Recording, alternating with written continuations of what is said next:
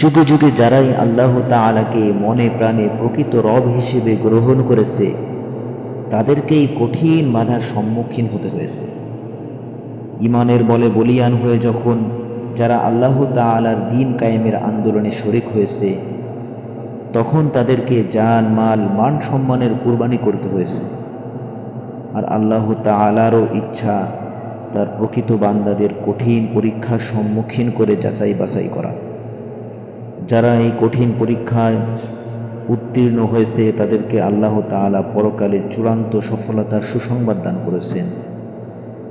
সুতরাং একজন প্রকৃত ঈমানদার হতে হলে তাকে কোনো না কোনো বাধা ও পরীক্ষার সম্মুখীন হতে হয়, এবং যারা বাধাকে উপেক্ষা করে আল্লাহর দ্বীন কায়েমের আন্দোলনে অটল অবিচল থাকে, তারাই প্রকৃত মুসলিম।